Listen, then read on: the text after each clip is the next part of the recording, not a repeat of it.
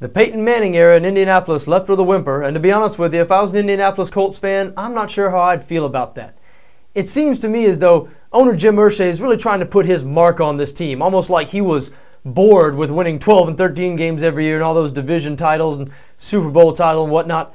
He, of course, did not build that team. Bill Polian built that team. He promptly fired Bill Polian this season after a 2-14 disaster. Remember, Manning did not play a single game, had several neck surgeries. They parted ways in the offseason. Manning is now at Denver. Indianapolis, due to their 2-14 record, received the #1 pick in the draft, and they chose Andrew Luck of Stanford. Now, Andrew Luck, some say, is the best prospect to come out of college football in 20 years. They hope he'll turn into Peyton Manning, but certainly this year, he won't be Peyton Manning, or at least the Peyton Manning that we all came to know in Indianapolis. The Colts are going to be a bad team this year, and Irsay, as I said, I'm not sure if I was a Colts fan if I'd feel right about the way he's treating it. I heard him talk this offseason. He was almost, seemed like he was giddy, rubbing his hands together with the thought, oh, this is rebuilding. And he said that this is rebuilding. We can't expect to be very good for the next couple of years. Hey, how would you feel about that if you're spending all that money on a season ticket? What do you mean you're not supposed to be that good for the next couple of years?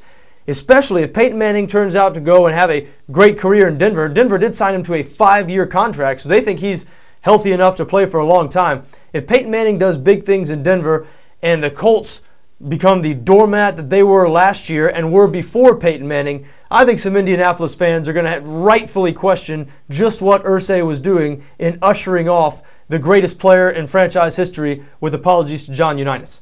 Now, the Colts are going to be terrible this year. They're going to fight it out with the Jacksonville Jaguars for last place in the AFC South. They have no shot at winning the Super Bowl. 100-1 their odds in Vegas, 200-1 the odds in BETDAQ. Listen, if you're going to make a bet on the Colts to win the Super Bowl, hey, you might as well throw your money out the car window or whatnot. That is not going to happen. No chance of that happening. We'll see if they're on the right path. Now, Andrew Luck, he might be the right guy. He might turn into Peyton Manning. He might turn into something close to Peyton Manning. That doesn't guarantee success.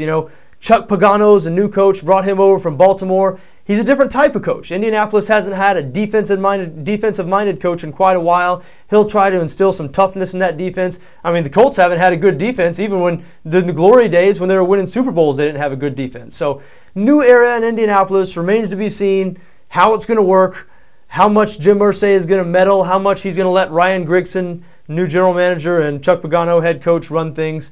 I'd be a little uneasy if I was a Colts fan, but of course, I'm not.